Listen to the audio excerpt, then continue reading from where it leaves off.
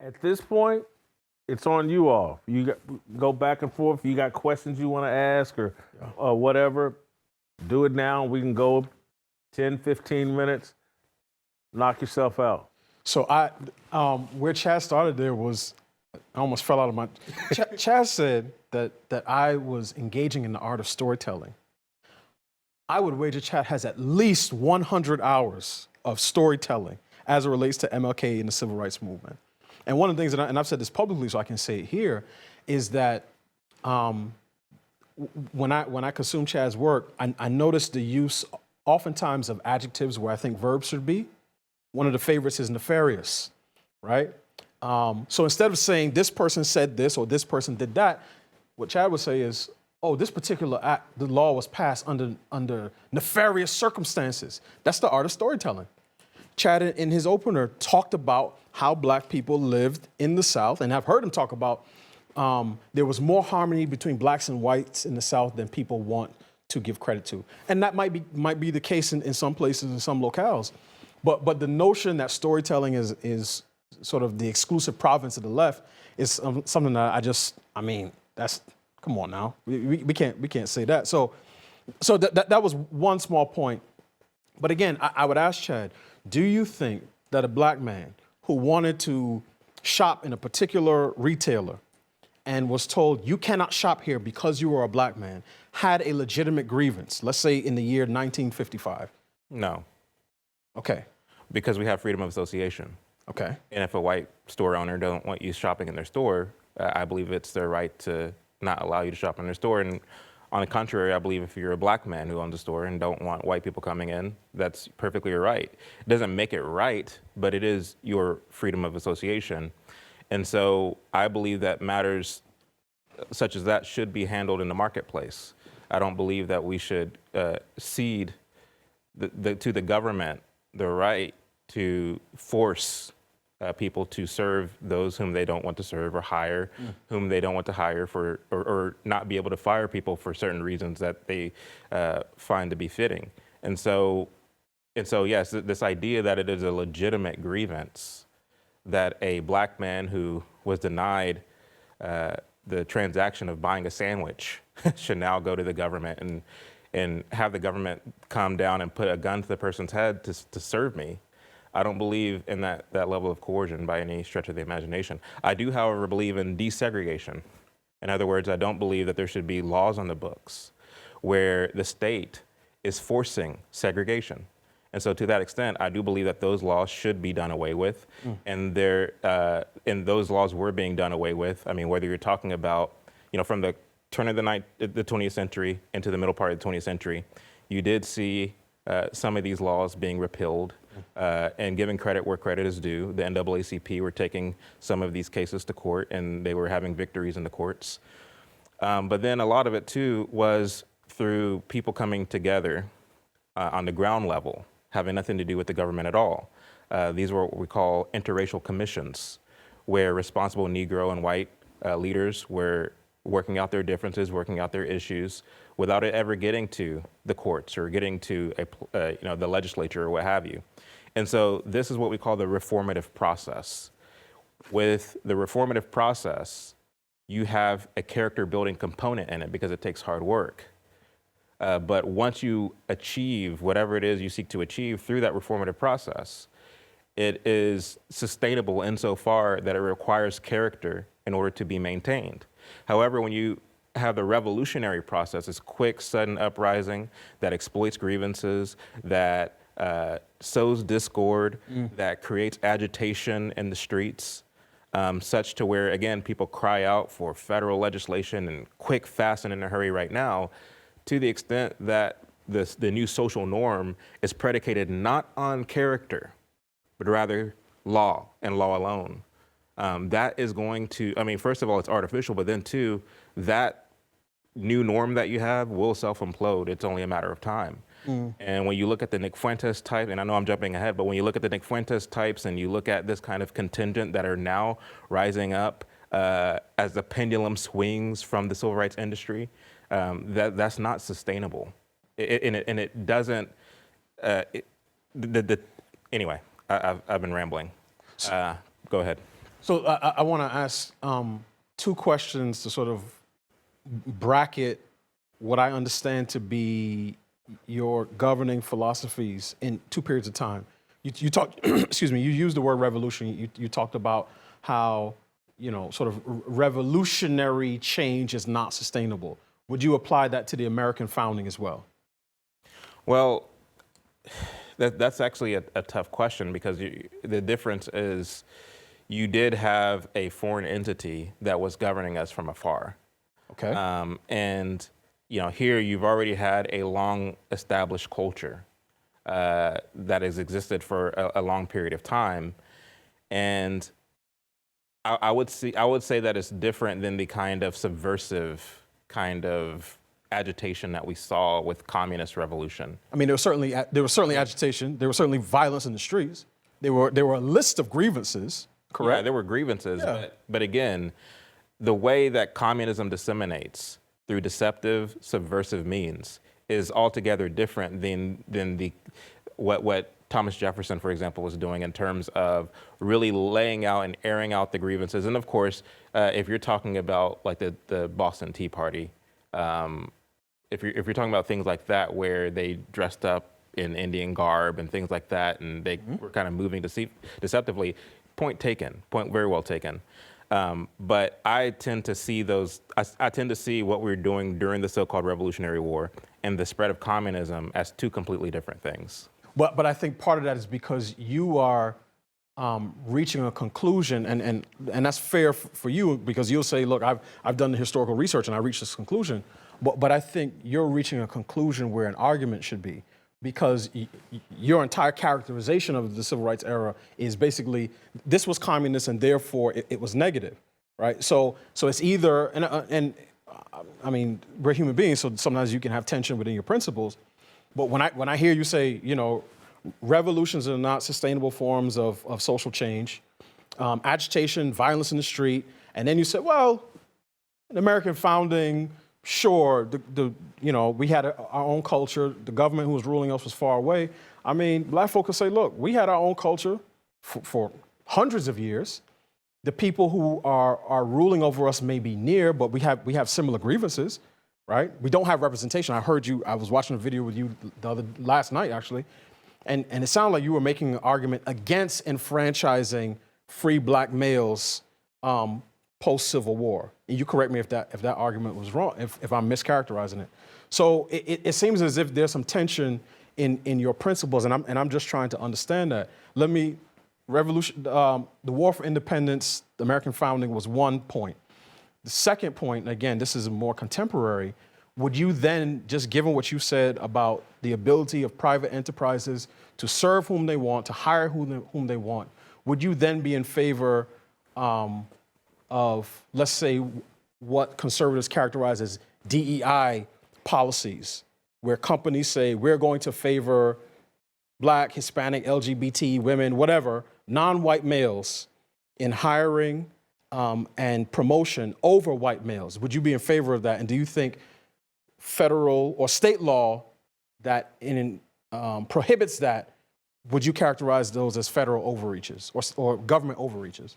I'm going to try to reframe your question to understand it better. Okay. So are you asking, is it okay for a private organization, entity, school, company to have DEI policies? Is that what you're asking? No, I want to put a finer point on it. When I say DEI, because people mean different things when they string those three letters together, I'm talking specifically. If Coca-Cola in 1954 said we're not hiring Negroes, if we have Negroes, they bring the sodas into the restaurant and then they go on about their business. It sounds as if your position would be Coca-Cola has a right to do that. If Coca-Cola in 2026 says we're not hiring any more white dudes, to the extent that we have white dudes in this company, they will no longer get promotions. And when we have internal meetings, the people of color go in one room and the white people go in another room. I'm asking, would you be okay with that? Constitutionally speaking, it's their right. Coca-Cola has a right to do what Coca-Cola wants to do. I might not like it. My neighbor might not like it, but I have nothing to do with Coca-Cola. I didn't put in the blood, sweat, and tears to build Coca-Cola. Therefore, what my opinion is, whether as a voter or just as a man on the streets, should have no bearing over, on what they do. So, I mean, I don't know about the legalities over, the difference between publicly traded companies versus private, like legitimately private companies. Right. But even to the extent that there is a difference, I do believe that in many ways, a lot of what is done in this country is a complete betrayal, if you will, of our genuine constitutional principles. And so, speaking in terms of constitutional intent and the freedom of association, I don't believe. I do believe that Coca-Cola should have a right to run their business how they wish to run their business, and the decision as to whether they will stay in business or how well they'll do as a business should be left to the free market. So simply. then, let's say the conservative activists, and I'm asking these questions because, again, I'm making parallels, and also I'm trying to true up the scales because I want to understand sort of the principles that undergird your argument. So conservative activists who say this is anti-white discrimination and this should be eliminated using the force of law, you would say would you characterize those people as agitators in the same way you would, sort of 1960s or civil rights protesters or? Yeah, I mean, I do that all the time. Okay. And this is why, again, I don't really have a political home. I'm neither a Republican or a Democrat because I believe in the true intent and the true edicts of the Constitution. If up to me, we would even go back before the Constitution to the Confederation of States, quite frankly. But I don't believe in this kind of, I don't like this thing happening in society, let us run to the government and have them do something about it. I don't like that because to the extent that you do that, it becomes this ever-expanding thing. And again, you can't do that when you have a country so large as ours, so diverse as ours. I mean, Texas is not the same as Tennessee, it's not the same as Georgia, it's not the same as New York. We are so, and even within states, you have different towns and different cities and different counties. You have rural areas and metropolitan areas. We're so different. And so to have this kind of, I don't like this, let us now take it to the courts, let us now take it to the feds and have them do something about it. We seek safety and security in big government, and that's the part that I don't like. And so whether it's Republicans doing it or whether it's Democrats doing it, I don't like it either way. But what I am saying, though, is that when you look at the civil rights movement, when you look at a lot of the social justice movements over the course of the 20th century, they were doing it better than anyone, insofar that their kind of brain trust, the puppeteers, if you will, who are pulling the strings, these are people who have, and I made this point on Jason's show, these are people who studied the soft sciences, who studied the social sciences, who studied human behavior and group behavior, and they're using it to their advantage. I mean, when you look at, for example, in the USSR and how they were developing these ideas and developing these means of population control and controlling of public opinion, so on and so forth, where you look at the fact that they wanted to imperialize their ideology throughout the world through the domino effect, and wanted to do so in a way that doesn't really require having to pick up a gun against a nation. They did it through implosion. They did it through infiltration and subversion, and they were having success all over the world. The problem in the United States is that you had, by and large, a kind of church-going people, especially in the South. Negroes were heavily church-going, as you all know. And so this created a kind of captive audience. In the 1930s, of course, you had the Communist Party resolve to infiltrate the church. And so whether you're talking about Earl Browder's outstretched hand, whether you're talking about the work of Bella Dodd, of course, she would do it through the teachers' unions, but she writes about how the communists were infiltrating Protestant and Catholic seminaries and churches in order to blur the lines between Christianity and communism. And we know as Christians that we are not to participate in darkness, but we're to expose darkness. And so nobody did this better than Martin Luther King in terms of blurring the lines. And I don't know if we're going to get into this later in the debate, but the fact of the matter is, with the help of the press and with the kind of instructions of his handlers, King was able to, in a sense, he was able to, what's the word I want to use here? He was able to kind of collectivize the people through charisma and through his kind of charm and through his oratory and through his speeches, which sounded like one thing, but if you go back and listen to those speeches and you know what you're listening to, you're going to hear something completely different. And what this did is it kind of knocked us off our square, as it were, and it caused particularly the young black radicals who were deviating from the kind of trajectory laid forth for them by their parents and grandparents. What it did was it kind of caused a lot of people to adopt this mentality that the way to be successful is through agitative means, is through revolution. And as a result of this, you saw this kind of downward trajectory. Go ahead. Last one, and we got to move on. It's interesting because on one hand, you will point to government overreach as the problem, right? But then on the other hand, you'd say, well, no, it's sort of collective action. And my thing is, prior to 1964, if King and other leaders are saying, look, there's certain things where there's unequal treatment based on race, and we want to mobilize people to change these things, right? And you would say this is on account of their handlers. I will stipulate I'm not the historian that you are, Chad, right? I do think it's interesting, though, because I feel at times you use Marxism the way the left uses racism, which is to say around every corner and underneath every sheet. Oh, no. But that's, that would be my characterization. But that's fine, right? We could disagree on that. I want to jump in fact, there. Hold on, I want to jump in here, and I want to do this rarely, though. But Marxism is antithetical to Christianity. And I do believe it's an evil, and it's a tool of Satan. And I do believe Satan is in control of the world.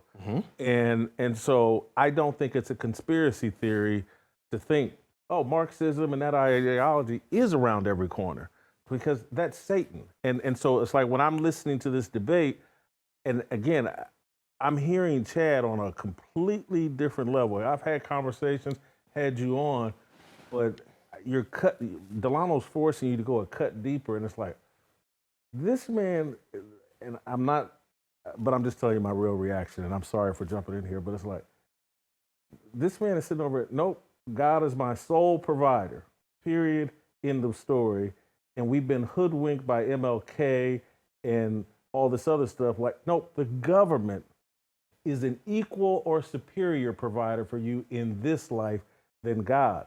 And it's like, this discussion and what you're bringing out of Chad, very fascinating to me. But I will say, like, when I hear people like Marxism, the devil, Satan, things trying to move you away from God being your sole provider, it is around every corner. That's not a conspiracy theory, in my view. Well, I would make the argument that, and let me not use the word racism because it's so loaded, but I would argue that partiality, I'll use a biblical term, based on ethnicity is also a sin. Now, we can debate which one is a greater sin. What I would certainly argue is that in this country, Marxism is the enemy at the door and racism is the monster under the bed. We're not Cuba.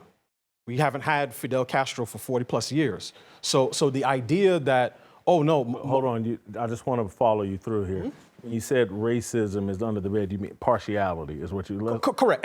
Ethnic partiality is inside the house already. It's not something that has to be fought off from the outside, right? So I wanted, but let me finish the point that I was going to make, which is I get your point about government overreach, but a charismatic leader galvanizing people who want to follow him, because you can only be a leader if you have people following you, to change hearts and minds. How is that also evil?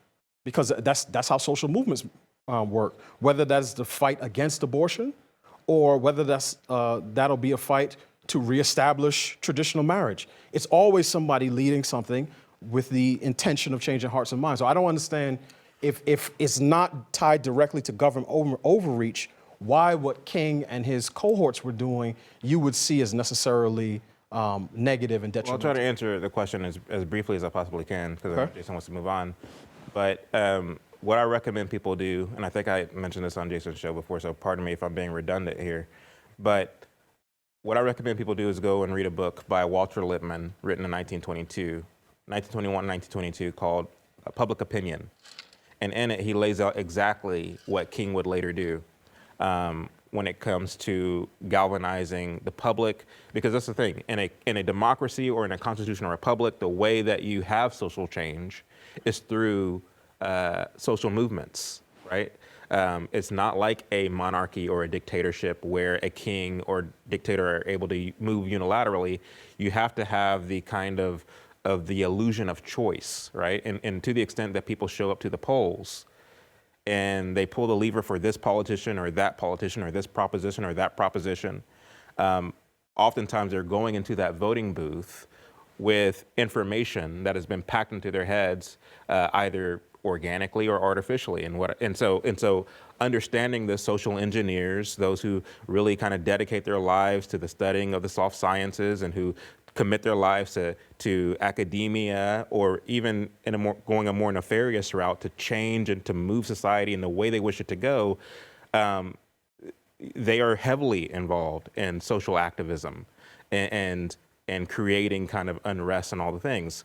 And so what Walter Lippmann writes about, he says that if a leader wishes to push a policy of campaign, the way to do it is for an orator to appeal to the masses, either through pinching a grievance, by appealing to their patriotic sensibilities or their religious sensibilities. Mm-hmm. And to the extent that an orator is able to do that well, the masses will move in towards him and demand a policy of campaign. And that policy of campaign doesn't always have to coincide with the rhetoric that they used in the inception. It can be completely detached from it. Such is the case when it comes to Martin Luther King. When you look at the I Have a Dream speech, for example, and he's talking about, I have a dream that one day, my 4 little children will be judged not by the color of their skin, but by the content of their character. It seems like what he's offering is a meritocratic view, a meritocratic vision that everybody can get behind. Who can deny that? But the reality of it is, if you go back and you actually listen to that speech, because Delano, you and I, we've heard this speech growing up in school every year. I've heard it twice a year. Once during, in the weekend going into the Martin Luther King Day, but then you'd hear it in February during Black History Month. Mm-hmm. And even though we've heard the speech, we've never actually heard the speech, right? He's saying that that if America thinks that the Negro will go back to business as usual after the summer of 1963, where we saw a number of riots, then you're in for a rude awakening. He says that the whirlwinds of revolt will continue to rock this nation until the Negro gets his due justice. So he's using this very threatening language, and he's kind of talking out of both sides of his mouth. And he says that the Negro will never be free until justice rolls down like waters. He's using all this language, and he's using this kind of open-ended fallacy. And he says, one day we'll be free at last, and God Almighty will be free at last, right? So he delivers this speech. It becomes an instant classic. And right before he dies, he gives what's called the mountaintop speech. And he's talking about the promised land. Again, this coincides with the I Have a Dream speech. Mm-hmm. And he says, one day we'll get there. I may not get there with you, but we as a people will get to the promised land.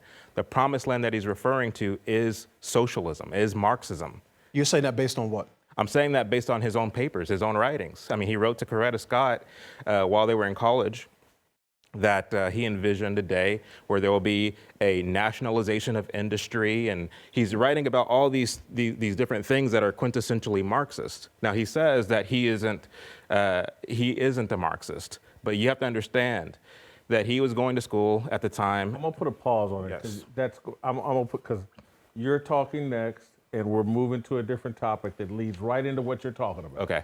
And so